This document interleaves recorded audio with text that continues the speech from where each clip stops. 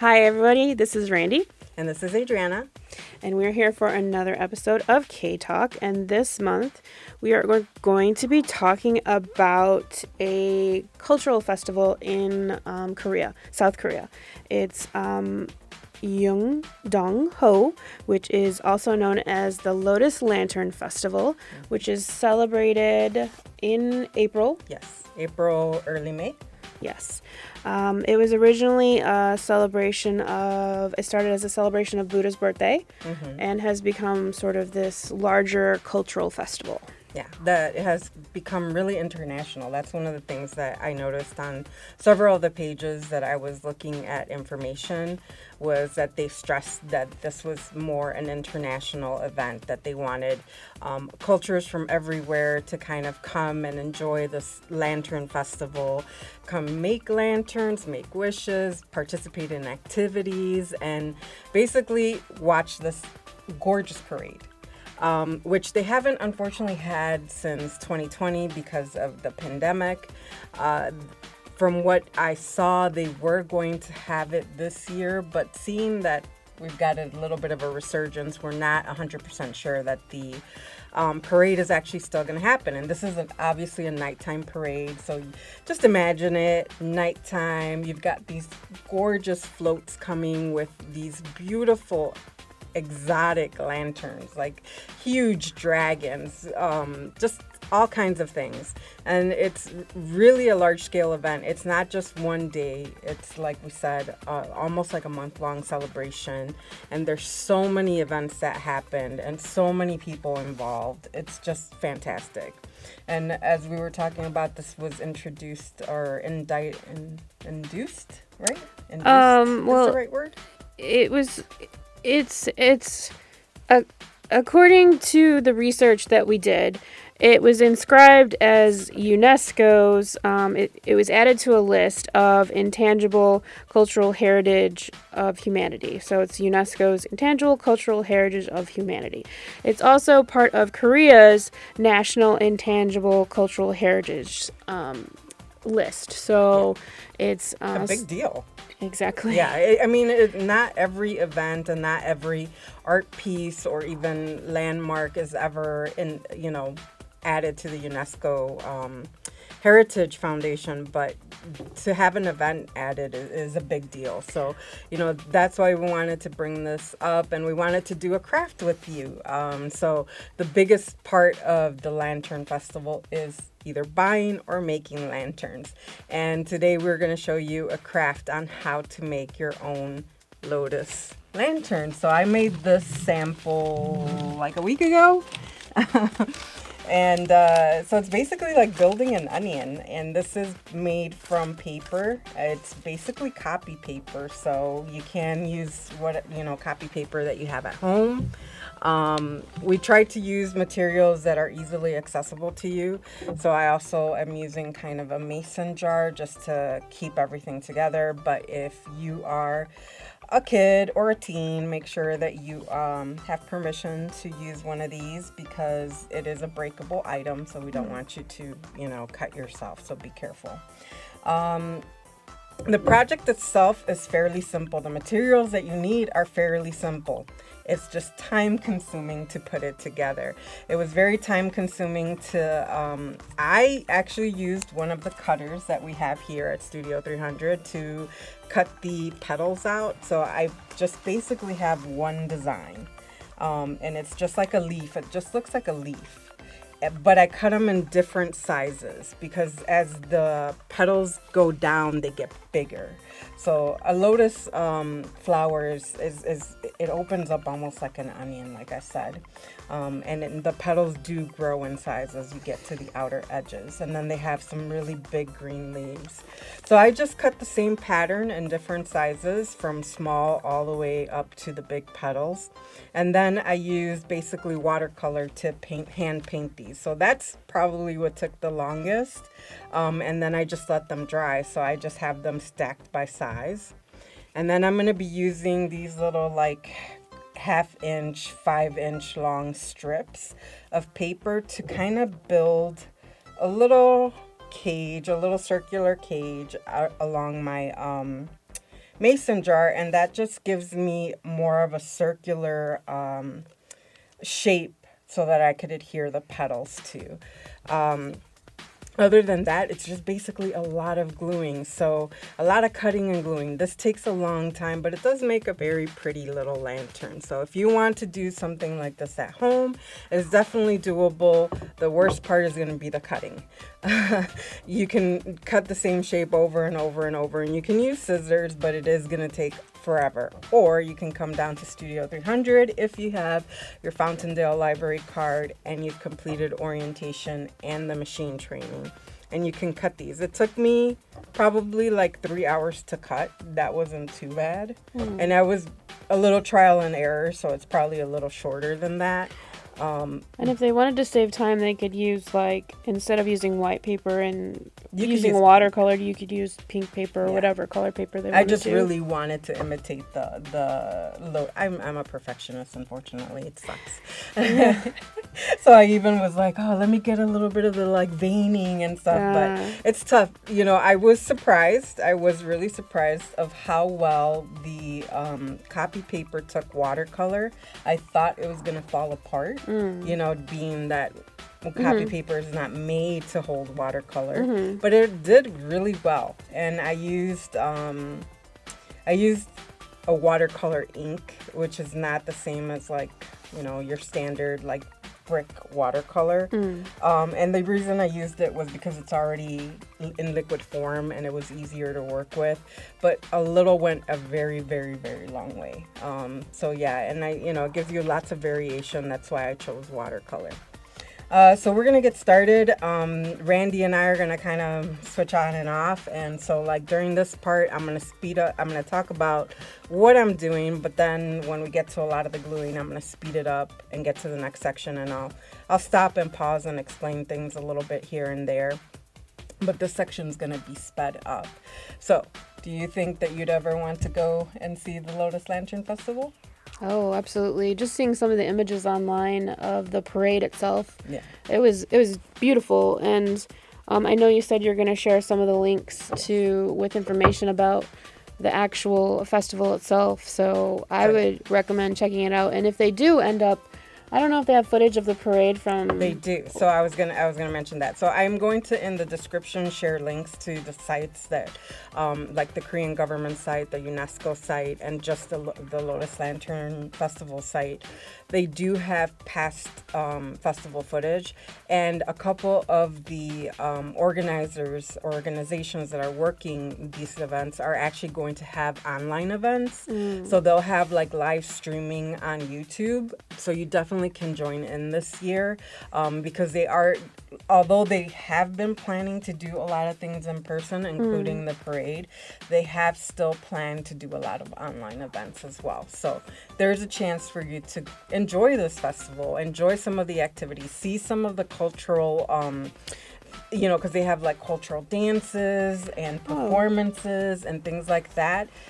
Like I said, wide range of events. The fact that it has such a long history and that it's so popular and widely attended, and, you know, the lanterns are really just beautiful and so diverse. Like, who knew that you could make them in so many different shapes? Dragon I saw the dragon. I was like, wait, what? Yeah, that's a lantern. And I mean, it's paper lantern. Yeah. You're not talking about, like, the floats that we see here, where it's like a ton of plastic or you do see some paper mache and stuff like that. These are, like, paper and tissue paper, a lot of them. So they're really, really fantastic. Yeah. So we'll get started, and like I said, this is going to get sped up a little bit, so I'm going to explain this first part. So what I'm doing is I'm basically, let me move this out of the way, I'm gluing from the top and then kind of here to the base, and what I want to do is create this, like, little circular pattern, and that's going to help me adhere my petals to the jar. So I'm using, you can use tacky glue. I'm using Barely Arts tacky glue just because that's what we have right now. But I actually really like the regular tacky glue. It works really, really well. And if you want it to work perfectly, one trick that I know with working with tacky glue is I use a brush and not the tip. I actually use like a paintbrush? A paintbrush. I'll actually pour it into a little container and I will use the paintbrush and it adheres like crazy glue. That's a good tip. Yeah, when I was doing the Halloween houses for Alexis's baby shower, I did it that way, and the houses, like, some people still have them, like, they're still, like, rock solid.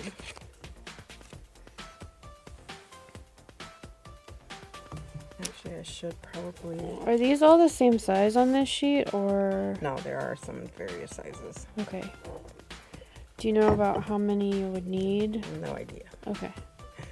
It just kind of, like, you know, go with the flow.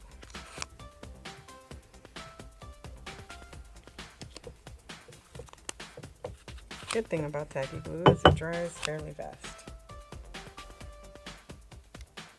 Trying to cover as much as last time I did just kind of like a cage and left too many gaps.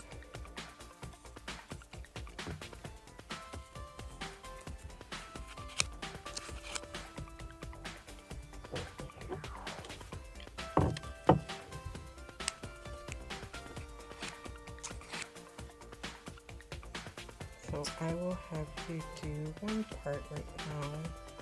We can trade off the glue back and forth. So for the top I did, so I'll explain this part because Randy's gonna help me do this part. So for the top, what I did for this little top part, it's actually an insert. Oh. So I basically used one of these strips and I made kind of like a circle.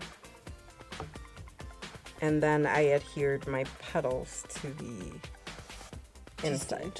Yeah, and you just kind of make like a little, I put like a row inside and then I put a row outside. So the smallest ones inside and then like a row of the bigger ones outside. So I'm gonna switch off the glue.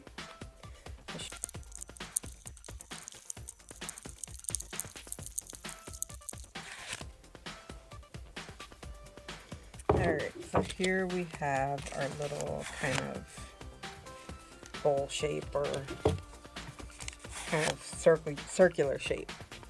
So it looks kind of like an upside down onion. So we're going to start adhering petals. Now, one thing that I found when I first started doing that one was I started from the bottom up thinking it would be easier, and it was not. Yeah, I would think you would want to build out. So yeah, it's easier to start at the top and then build out as you go. I had to rip it apart and start all over. It was not fun. So is the bottom of the jar your top then? Yes. So this is the bottom of your jar will be the top. So this is going to end up right here. Okay. And then we start building the rest around okay. it. So that way you can put your light in here and then just screw it underneath. Okay. Yeah, that makes sense. Because if it was this way, you could still do it this way technically, but then the top you'd be always trying to unscrew it and you're going to mess up the petals. So Yeah. that's why I did it upside down. So we'll start with these guys. And basically, I'm putting glue here at the bottom, and then I'm just kind of pressing it into the glass here. And we're just following the circle. And you can, there's no right amount of petals. A flower does not have a specific amount of petals, so every lotus flower has its own amount of petals. So you put as many as you want or as little as you want. And then basically I'm just kind of building them out, and I do bend here and there to get them into the position I want.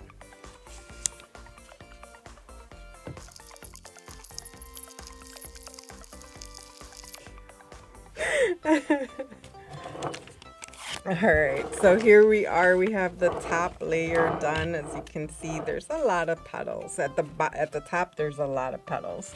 So I'm gonna go ahead and put this guy in here. And because the petals are curled in, it will help hold it. You can add some glue, but it honestly will not stick that well unless you do kind of more of a base. But there we have the first layer. All right, so now we're gonna go ahead and go to the next layer. I'm just gonna grab a bunch of these.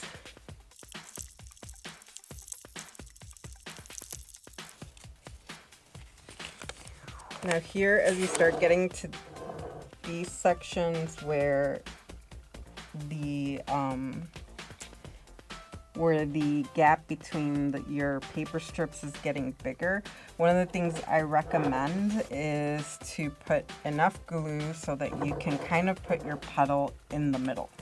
So I'm adhering it not on top of that of one strip itself. I'm actually adhering it to both. It helps, and it keeps building kind of a wall for you to continue building your petals out.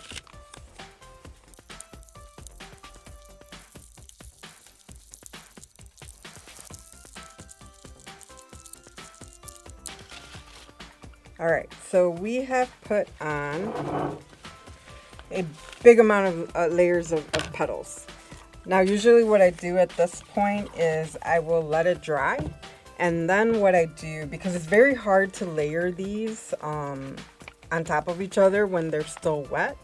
So you want to let them dry. And then usually what I do is where I see gaps or where there's a little bit of like differences or where I feel like I just need to fill it in a little more, I go back in and add more petals. Because as you can see, they can sometimes like fall off. So you really want to press down a little bit and then let this dry. But basically that is it. Like all you have to do is go back in and put in a few more petals. I'm probably going to do the leaves on my lid, but I don't want to put them on my lid now because I still need to dry. I still need to dry. And then we add our lights. So we have two separate lights. We're using fairy lights, but you can use like the LED pucks, or you can use a flashlight, or I would definitely go with LED. Don't do like please don't do a candle. And don't do like fluorescent or anything like that. I would use an LED light.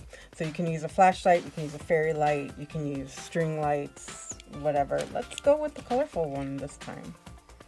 So I'm just gonna pop this guy in here. Be very careful. Now you're not gonna see it a lot, and I keep dropping my top because this room is very bright right now. But you could probably see it a little bit here.